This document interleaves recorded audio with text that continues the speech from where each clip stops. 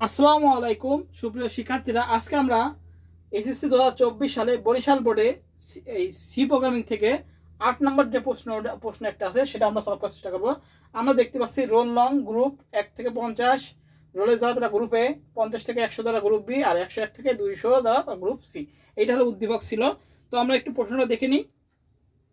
যাদের কাছে প্রশ্ন আছে তারা প্রশ্ন দেখে দিবে, যাদের কাছে নেই তারা আমরা স্ক্রিনশট দিয়ে নিতে পারি। এই যে 8 নম্বর প্রশ্নটা, 8 নম্বর একটা প্রশ্ন হইতেছে এখানে পঞ্চম অধ্যায় থেকে জাস্ট একটা প্রশ্ন হইতেছে। এই যে 8 নম্বর প্রশ্নটা আমরা একটু দেখিনি,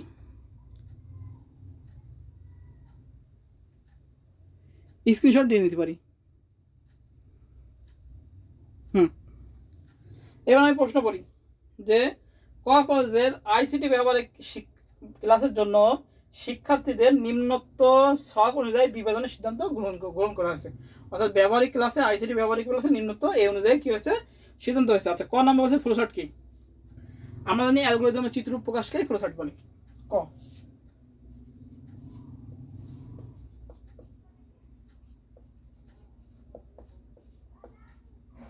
অ্যালগরিদমের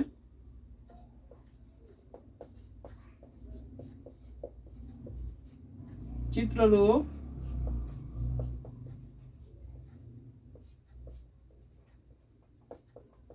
ফ্লোচার্ট বলে।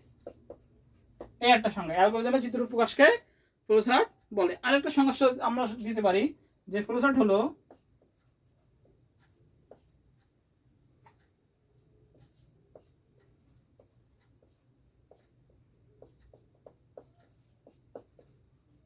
কি? সমস্যা সমাধান। অবশ্যই একটা সমস্যা থাকবে, সমস্যা সমাধানের ধাপগুলোর কে ছবির মাধ্যমে প্রকাশ করা। ফ্লোচার্ট হলো,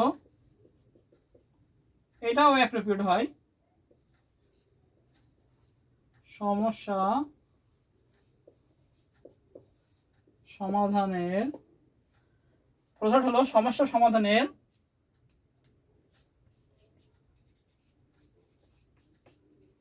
ধাপগুলো চিত্রের মাধ্যমে প্রকাশ করা।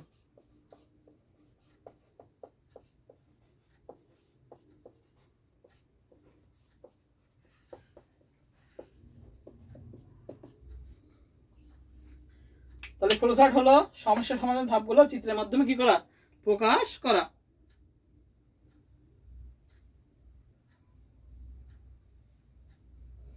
বোঝা গেছে? আরেকটা দিতে পারি অ্যালগরিদমের চিত্র প্রকাশকে ফ্লোচার্ট বলে। এটাও হবে ফ্লোচার্ট। ফ্লোচার্ট হলো সমস্যা সমাধানের ধাপগুলো চিত্রের মাধ্যমে প্রকাশ করে।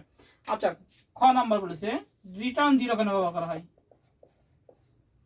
টিইউআরই, R E T U R N, return T U R N, return zero. Return zero কেন ব্যবহার করা হয়? এটা আমি আগের ক্লাস অনেকগুলো ক্লাসে বলে দিচ্ছি। রিটার্ন জিরো বলা হয় কারণ যে প্রোগ্রামটা উপর থেকে সঠিকভাবে চলেছে সেটাই মানে রিটার্ন জিরো বলা হয়। কেন বলা, কিভাবে বলা হয়?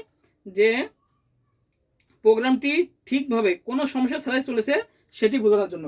তাই রিটার্ন জিরো ব্যবহার করা হয় যে প্রোগ্রামটি সঠিকভাবে চলেছে সেটি বোঝানোর জন্যই কি ব্যবহার হয়? রিটার্ন জিরো ব্যবহার করা। এটা আমরা এক লাইনে লিখবো। আগে ক নাম্বারে মতো লিখবো। তাহলে কি বলবো? আমরা বলবো যে সি ভাষায় রিটার্ন জিরো ব্যবহার করা হয় প্রোগ্রামটি ঠিকভাবে কোনো সমস্যা ছাড়াই চলেছে সেটি বোঝানোর জন্য। বোঝা গেছে? শেষে দেওয়া হয় যে প্রোগ্রামটি সঠিকভাবে চলেছে। এবং এটা কেন দেওয়া হয়? ওই যে আমাদের যে ইন্ট মেন আমরা উপরে দিই, ওই ইন্ট মেনের কারণে ভয়েড মেন, ইন্ট মেন দিই, ভয়েড মেনও দিই, আবার ইন্ট মেনও দিই। ভয়েড মেন দিলে গেট সিজ দিই, আর ইন্ট মেন দিলে আমরা রিটার্ন জিরো দিই। আমরা লিখবো সি ল্যাঙ্গুয়েজে লেখা সব প্রোগ্রাম রান করার কোডের ভিতরে মেইন ফাংশন থেকে প্রোগ্রাম চলা শুরু হয়। এটা আমরা জানি সবাই। মেইন ফাংশন যদি এভাবে ডিক্লেয়ার করা হয় ইন্ট মেন, তাহলে কম্পাইলার ধরে নেয় যে ফাংশনটি যখন এক্সিকিউশন শেষ হবে তখন সে একটি ইন্টিজার রিটার্ন করবে। তাই ফাংশনের শেষে কোনো একটি ইন্টিজার রিটার্ন করতে হবে। প্রচলিত নিয়মে সি ভাষায় রিটার্ন জিরো ব্যবহার হয় প্রোগ্রামটি সঠিকভাবে কোনো সমস্যা ছাড়াই চলেছে তা বোঝানোর জন্য। মোটামুটি এই হলো আমাদের খ নাম্বার। তাহলে আমাদের ক খ গেল। এবার আসি গ নাম্বার। গ নাম্বার বলছে উদ্দীপকে উল্লেখিত বিভাজনে অ্যালগরিদম লেখো। আচ্ছা, অ্যালগরিদম লিখতে পারছে, তাহলে আমাদের লিখে করতে হবে। গ নাম্বার মুছে দিই। অ্যালগরিদম আমরা একদম নিয়ম অনুযায়ী শর্টে করে দেবো। অ্যালগরিদম দেখি কিভাবে করা যায়। গ নাম্বার অ্যালগরিদম আমরা যদি পারি একটি সংজ্ঞা দিয়ে দেবো, সেটা কি? সমস্যা সমাধানের জন্য যুক্তিসম্মত ও পর্যায়ক্রমিক ধারা বর্ণনাকে অ্যালগরিদম বলে। সমস্যা সমাধানের জন্য যুক্তিসম্মত ও পর্যায়ক্রমিক ধারা বর্ণনাকে অ্যালগরিদম বলে। এবার আমরা লিখবো ধাপ 1।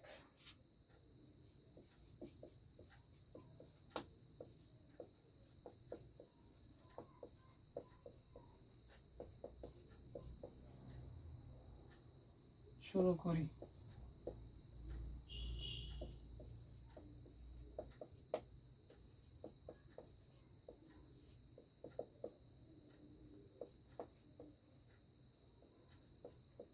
ইনপুট হিসেবে কি? রোল।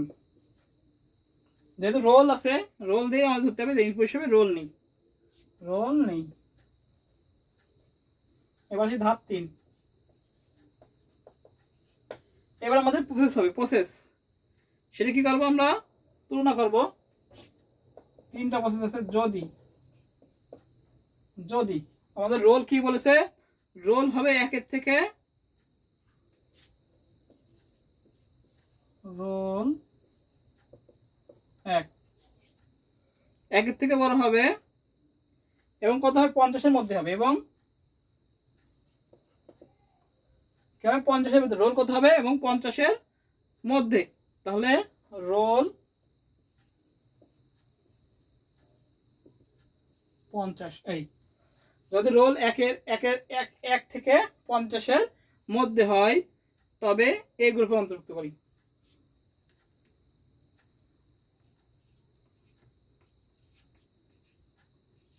তবে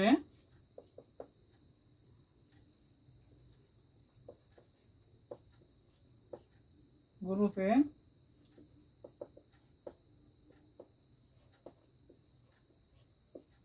অন্তর্ভুক্ত করি। কি করি আমরা? অন্তর্ভুক্ত করি।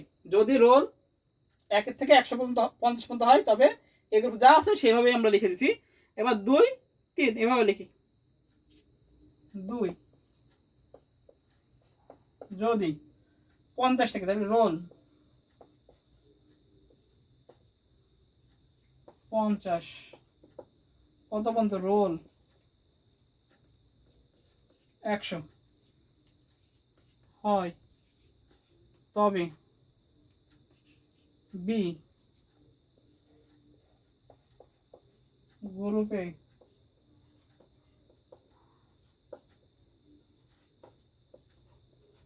অন্তর্ভুক্ত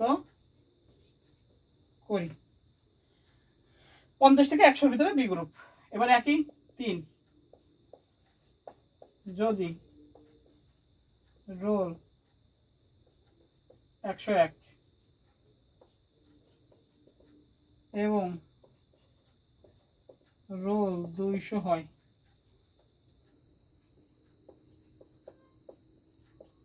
তবে সি গ্রুপে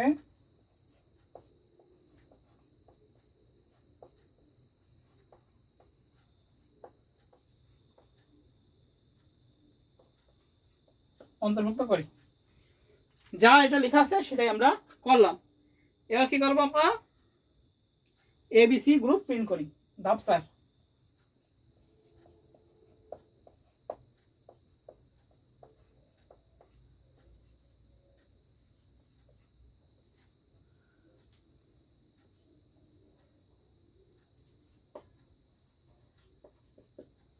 গ্রুপ সাবাই বা প্রিন্ট করি, একটা কথা লিখলি হলো। এবার ধাপ 5-এ আমরা প্রোগ্রাম শেষ করি।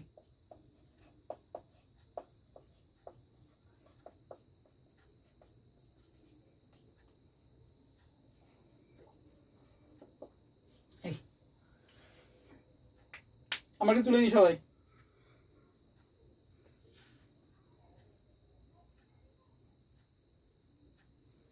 কি বলেছে?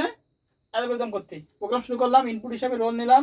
যদি রোল 1-এর থেকে অর্থাৎ 1-এর থেকে শুরু হয় কত পর্যন্ত যাবে? 100 পর্যন্ত যায় তবে এ গ্রুপে অন্তর্ভুক্ত করে। এই যে প্রথম লাইন। দ্বিতীয় লাইন আছে 50 হবে এবং কত পর্যন্ত যাবে 100 পর্যন্ত যাবে, তবে বিতে অন্তর্ভুক্ত হয়। তৃতীয় হলো রোল 101 থেকে রোল 200 পর্যন্ত যাবে, তবে সি গ্রুপে অন্তর্ভুক্ত করি। এবার এবিসি গ্রুপ ছাপাই, প্রোগ্রাম শেষ করি। এই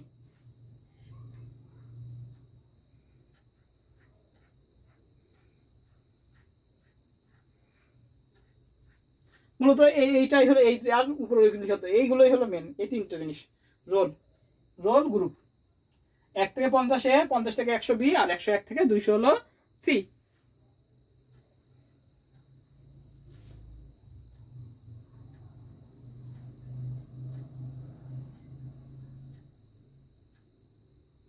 তাহলে আমাদের অ্যালগরিদম গেল। এবার আমরা ঘ নাম্বার করি, বুঝে দিলাম।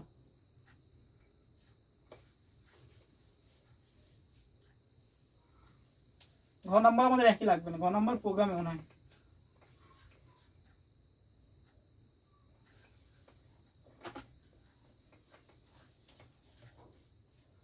তাহলে ডাস্টার দিয়ে মোছে না ভালো, এই কাপড় দিয়ে ন্যাকড়া দিয়ে বোর্ড ভালো মোছে।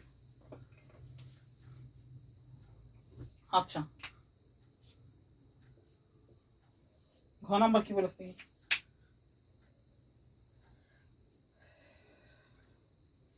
কলমের উদ্দীপক লিখিত বিভাজনের জন্য একটি সি প্রোগ্রাম লেখো। তাহলে কি বলেছে? C program. তাহলে সি প্রোগ্রাম শুরু করে দিই। আচ্ছা,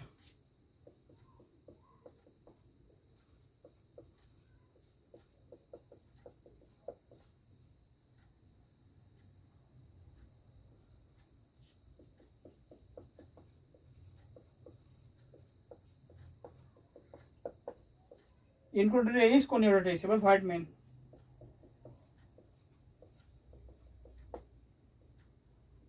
ওপেনিং।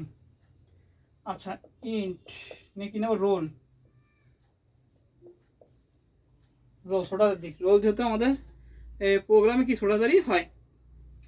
রোল নিলাম, কিলার স্ক্রিন, CLRSCR, CLRSCR, কিলার স্ক্রিন দিলাম, প্রিন্ট এফ,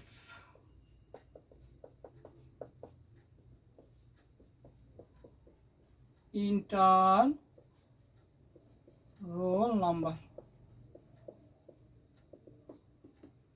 এবার স্ক্যান এফ, পার্সেন্ট ডি দিয়ে আমরা রোল, রোল ইনপুট নিলাম। এবার এখানে তিনটা শর্ত। তাহলে প্রথমটা ইফ, এলস ইফ এলস। প্রথমটা হবে ইফ, যদি। ইফ একই কন্ডিশন, প্রথম কি কন্ডিশন? ওই যে কন্ডিশন আমরা লিখছিলাম সেই কন্ডিশনটা আমরা লিখব। ইফ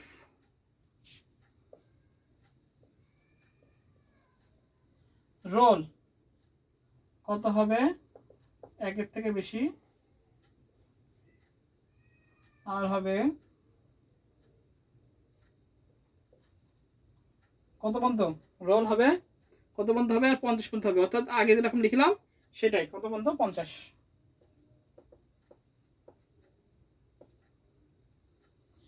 রোল 1 থেকে কত পর্যন্ত? এক কথা 1 থেকে 50 পর্যন্ত। তার প্রিন্ট এফ দেবো গ্রুপে,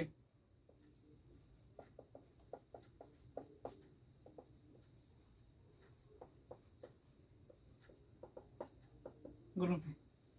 এবার এলস ইফ,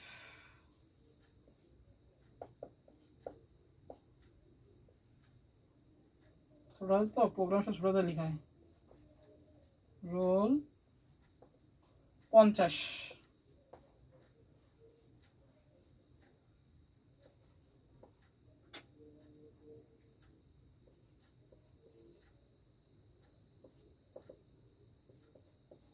একশো পর্যন্ত। তাহলে প্রিন্ট এফ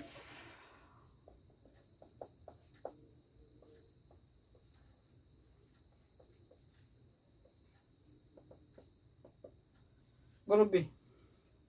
এবার এলস অন্যথায়,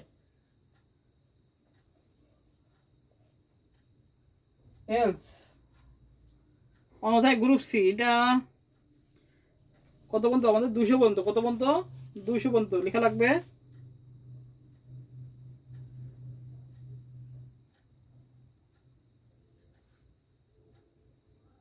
ও, এটাও আরেকটা কন্ডিশন আছে, যেহেতু তিনটা কন্ডিশন। এলস ইফ, এটাও এলস ইফ দিয়েছি।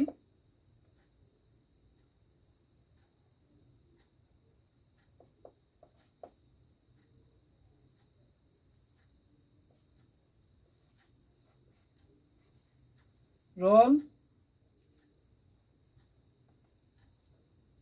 101,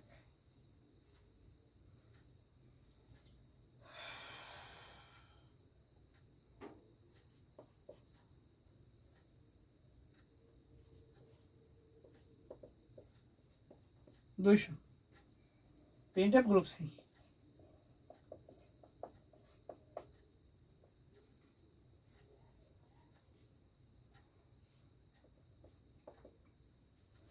আর এলস অনুযায়ী রোলের ভিতরে নেই, কি দেওয়া যায়? এলস এলস দেব প্রিন্টএফ, কি দেওয়া যায়? Else printf enter your roll correctly. তো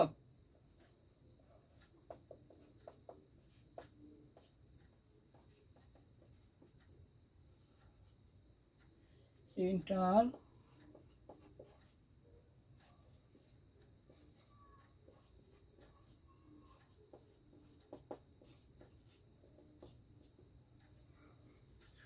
এবার গেট সিরিজ আমরা শেষ করে দেবো।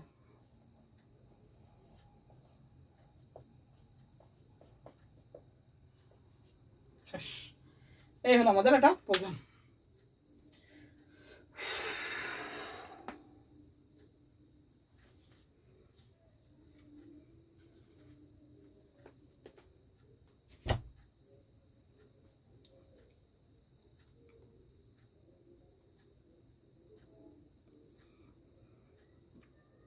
আচ্ছা, এবার আমরা একটু দেখি। বলেছে এই রোল 1 থেকে 50 এ, 50 থেকে 100 বি, 101 থেকে 200 হলো সি। এটা আমরা সবাই জানি। স্টোরেটাইজ কোনেরোটাইজ ভয়েডমেন্ট লিখলাম, ইন্টিজার কি রোল নিলাম, ক্লিয়ার স্ক্রিন দিলাম, সিএলআর এসিআর, যেহেতু আমরা কোনেরোটা দিছি। Print F inter roll number চাপো, স্ক্রিন এফ দিয়ে percent D roll number input আমরা নিলাম। বলছে ইফ রোল 1 থেকে 50, 1 থেকে কত 50 পর্যন্ত, তাহলে গ্রুপে 50 থেকে 100 পর্যন্ত হলে গ্রুপ বি। এলসি, আবার এলসি রোল 100 থেকে 101 থেকে 200 পর্যন্ত হলে গ্রুপ সি। এবার বলছে যদি এর ভিতরে না থাকে, একটাও যদি না থাকে, তাহলে বলেছে printf enter your roll correctly. Else অনুযায়ী প্রিন্ট এফ কি করো, enter your roll correctly, get size দিয়ে আমরা প্রোগ্রাম শেষ করে দিলাম। এই হলো আমাদের বরিশাল বোর্ড 2024 সালের 8 নম্বর একটা প্রশ্নে আসছে, সেই একটা প্রশ্নের সলভ। আজকে এই পর্যন্তই। সবাইকে আসসালামু আলাইকুম। সবাই একটু তুলে নিই।